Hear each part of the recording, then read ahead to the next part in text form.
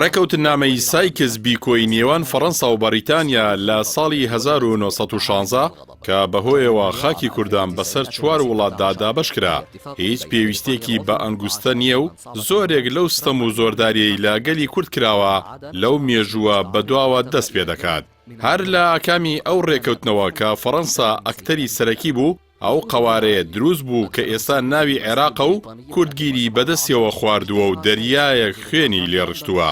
بۆ مێژوێکی نزیکتر بچین بە پێی ژمارەیەک بەڵگەنامە، فەڕەنسا و کۆمپانیەکانی پشکداریان لە بنیانانی بەرنامەی چەکی کیمیایی ڕژێمی بەعس کردووە کە کورد یەکەم قوربانی و زۆرترینی لەو چەکە لێدراوە.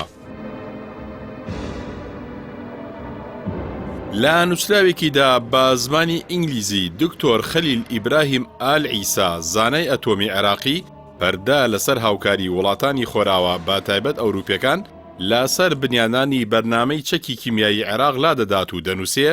لە سەرەتاکانی ساڵی 1970 عێراق بە هاوکاری ئەندازیارە ئیتاڵیەکان یەکەم کارگەی بەرهەمی ژەهری لە ناوبەری لە ناوچەی عوکاشات بە خەرجی 50 ملیۆن دۆلار دروست کرد. دکتۆر ئیبراهیم دەڵێت کۆمپانیەکانی فەڕەنسا بڕێکی زۆر غازیان لە سنوورەکانی تورکیا و ئیتالیاوە بۆ عێراق ڕەوانە کرد کە دەتوانرا لە جەنگدا بەکار بهێنرێت. گرێبەستی ئەم کارەش لە ڕێی کۆمپانیای کارل کۆلپی ئیتالیەوە جێبەجێ کراوە.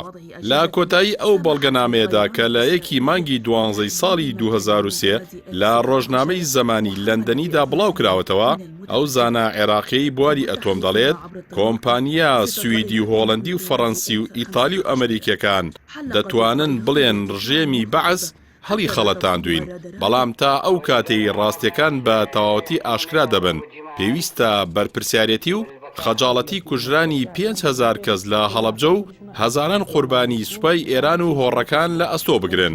لە لایەکی دیکەوە بە پێی بەڵگەنامەیەکی دیکەی ماڵپەڕی ڕۆژنامەی نیویۆرک تایمزی ئەمریکی، فەڕەنسیەکان کەلوپەل و پێداویستی جەنگی و کیمیاییان بۆ عێراق ڕەوانە کردووە.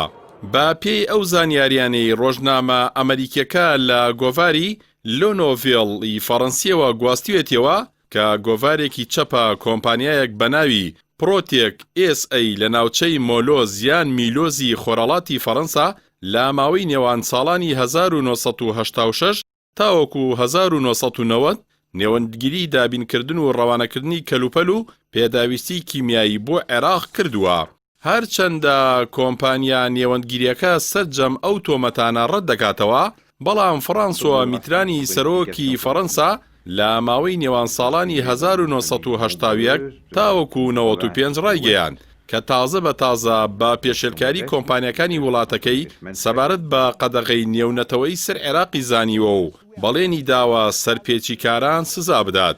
لە بەڵگەنامە ڕۆژنامەوانەکەدا بەرپرسێکی فەڕەنسی قسەی کردووە و توێتی ئەگەر وێنەی مانگە دەستکردەکانی ئەمریکا نەبوایە زەحمەت بوو بتوانرێت بسەلمێنرێت ئەو پێداویستیانە لە عێراق بۆ بابەتی سەربازی بەکارهێنراون. ئەو بەرپرسە و تووشێتی ئەو وێنانەی دەست بەرپرسانی فەڕەنسی کەوتون ئاماژە بۆ ئەوە دەکەن زۆرێک لەو کەلوپەل و مادانە دوجار لە کارگەی بەرهەمێنانی چەکی کیمیایی لە شاری سامەڕای عێراق بەکارهێنرابن.